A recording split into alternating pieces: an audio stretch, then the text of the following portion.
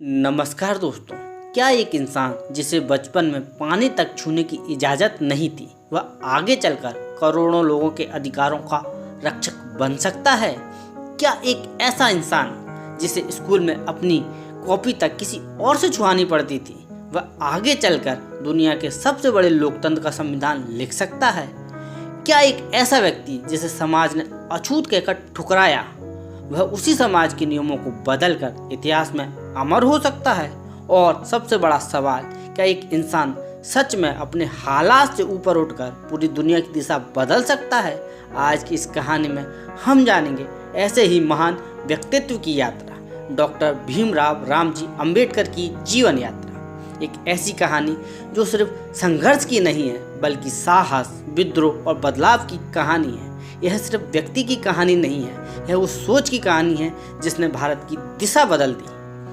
14 अप्रैल 1891 एक छोटा सा गांव मऊ, जो आज मध्य प्रदेश में स्थित है, यहीं जन्म हुआ एक ऐसे बालक का जिसका नाम था भीमराव रामजी अंबेडकर। लेकिन क्या आप जानते हैं, जन्म के साथ ही उनके जीवन में ऐसी पहचान जुड़ गई जो उनके हर कदम को रोकने वाली थी।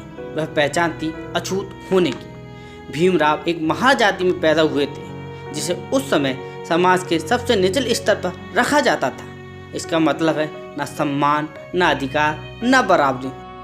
सोचिए, एक छोटा बच्चा जिसकी आंखों में सपने हैं, लेकिन समाज उसे बता देता है तुम्हारे सपनों की कोई कीमत नहीं। जब भीमराव स्कूल जाने लगे तो वहाँ भी उनके साथ ऐसा व्यवहार हुआ जिसे सुनकर आज भी दिल कांप उठता है।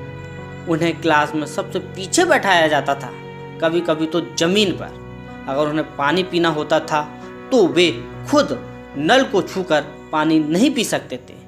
अगर कोई कथित ऊंची जाति का व्यक्ति दया करके पानी दे दे तभी वे पानी पी सकते थे, और अगर कोई ना दे तो दिन भर उन्हें प्यासा रहना पड़ता था। क्या आप कल्पना कर सकते हैं एक बच्चे के जहन पर इसका क्या प्रभाव पड़ा होगा? लेकिन यहीं से शुरू होती है एक असाधारण कहानी, जहां आम इंसान टूट जाता है। वहीं भीमराव ने ठान लिया, मैं पढ़ूंगा और इतना पढ़ूंगा कि दुनिया मुझे नज़रअंदाज नहीं कर सकेगी। उनके पिता रामजी सकपाल जी, जो एक सैनिक थे, उन्होंने भीमराव को शिक्षा के महत्व को समझाया और भीमराव को पढ़ने के लिए प्रेरित किया। धीरे धीरे कठिनाइयों के बीच भीमराव ने अपनी पढ़ाई जारी रखी। फिर एक ऐसा मोड़ आया जिसने उनकी ज़िंदगी बदल दी। उन्हें बड़ौदा के महाराज सयाजी राव गायकवाड़ से छात्रवृत्ति मिली। यह एक बहुत ही बड़ी बात थी। इस छात्रवृत्ति की मदद से भीमराव ने विदेश जाकर पढ़ाई की और यहाँ से उनकी ज़िंदगी ने एक नई उड़ान भरी। अब सोचिए, एक अछूत लड़का जो भारत में पानी तक छू नहीं सकता था, वह अब अमेरिका के कोलंबिया विश्वविद्यालय में पढ़ रहा है। वहाँ उन्होंने अर्थशास्त्र, राजनीति और समाजशास्त्र का गहराई से अध्ययन किया। उन्होंने पीएचडी की डिग्री हासिल की, जो उस समय किसी भारतीय के लिए बहुत बड़ी उपलब्धि थी।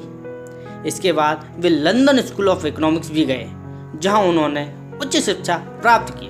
लेकिन सबसे चौंकाने वाली बात यह है कि विदेश में उन्हें वह सम्मान मिला जो अपने देश में कभी नहीं मिला था। वहाँ कोई उन्हें अछूत नहीं कहता था। वहाँ वे सिर्फ एक छात्र थे, एक प्रतिभाशाली इंसान। यह अनुभव उनके अंदर एक आग बन गया। उन्होंने समझ लिया, समस्या मुझ में नहीं, समस्या समाज की सोच में है। भारत लौटने के बाद उन्होंने सिर्फ अपने लिए नहीं, बल्कि उन लाखों लोगों के लिए लड़ने का फैसला किया जो सदियों से दबाए गए थे। उन्होंने जाति व्यवस्था के खिलाफ आवाज़ उठाई। उन्होंने कहा, जब तक समाज में बराबरी नहीं होगी तब तक देश आगे नहीं बढ़ सकता। 1927 में उन्होंने एक ऐतिहासिक आंदोलन किया, महार सत्याग्रह। यह आंदोलन था पानी पीने के अधिकार के लिए। सोचिए, जिस चीज़ को हम आज सामान्य समझते हैं, उसके लिए भी उस समय लड़ाई करनी पड़ी थी। भीमराव और उनके साथियों ने सार्वजनिक जलाशयों से पानी पिया और यह एक बड़ा विद्रोह बन गया। धीरे धीरे उनकी पहचान एक नेता के रूप में बनने लगी। वे सिर्फ एक विद्वान नहीं थे, वे एक क्रांतिकारी सोच के व्यक्ति थे। उन्होंने बहिष्कृत हितकारिणी सभा की स्थापना की, जिसका उद्देश्य था दलितों के अधिकारों के लिए काम करना। फिर आया एक महत्वपूर्ण मोड़, 1932 का पूना पैक्ट। ब्रिटिश सरकार ने दलितों के लिए अलग निर्वाचन क्षेत्र के प्रस्ताव को मान लिया, लेकिन महात्मा गांधी इसके खिलाफ थे। इस मुद्दे पर बड़ा विवाद हुआ, अतः डॉक्टर BR अम्बेडकर और गांधी जी के बीच समझौता हुआ, जिसे पूना पैक्ट कहा जाता है। इस समझौता भारतीय राजनीति के एक महत्वपूर्ण घटना बन गई। अब हम आते हैं उस पल पर जिसने डॉक्टर BR अम्बेडकर इतिहास में अमर कर दिया। 1947 में भारत आज़ाद हुआ और संविधान बनाने की जिम्मेदारी एक समिति को दी गई, जिसके अध्यक्ष बने डॉक्टर भीमराव अम्बेडकर। क्या आप सोच सकते हैं, जिस व्यक्ति को कभी समाज ने छुआ तक नहीं, वही अब उस पूरे देश का कानून लिख रहा था।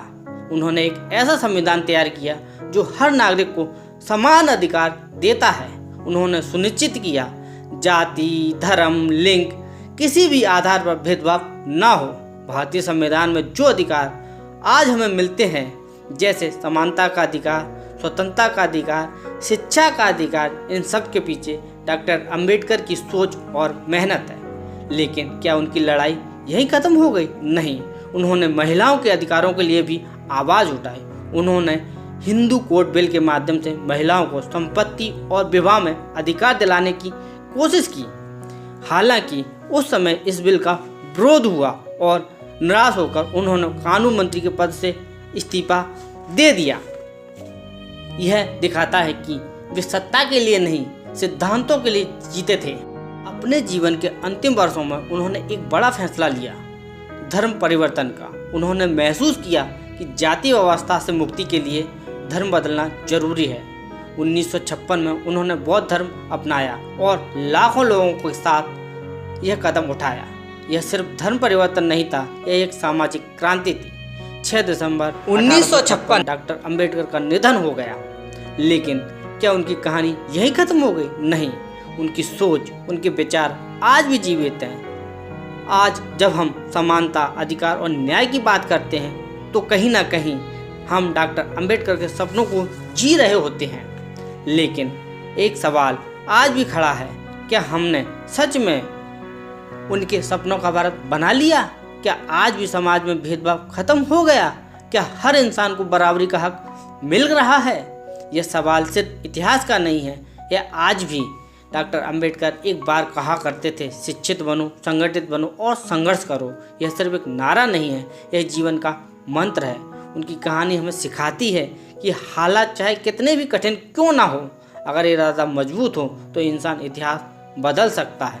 तो अगली बार जब आप अपने जीवन के किसी भी मुश्किल सामना कर रहे हों, तो एक बार इस छोटे से बच्चे की याद कीजिए जो प्यासा बैठा था, लेकिन उसके सपनों में कोई भी कमी नहीं थी, क्योंकि बच्चा आगे चलकर बना भारत का संविधान निर्माता और करोड़ों लोगों की आवाज़ डॉक्टर भीमराव रामजी अम्बेडकर।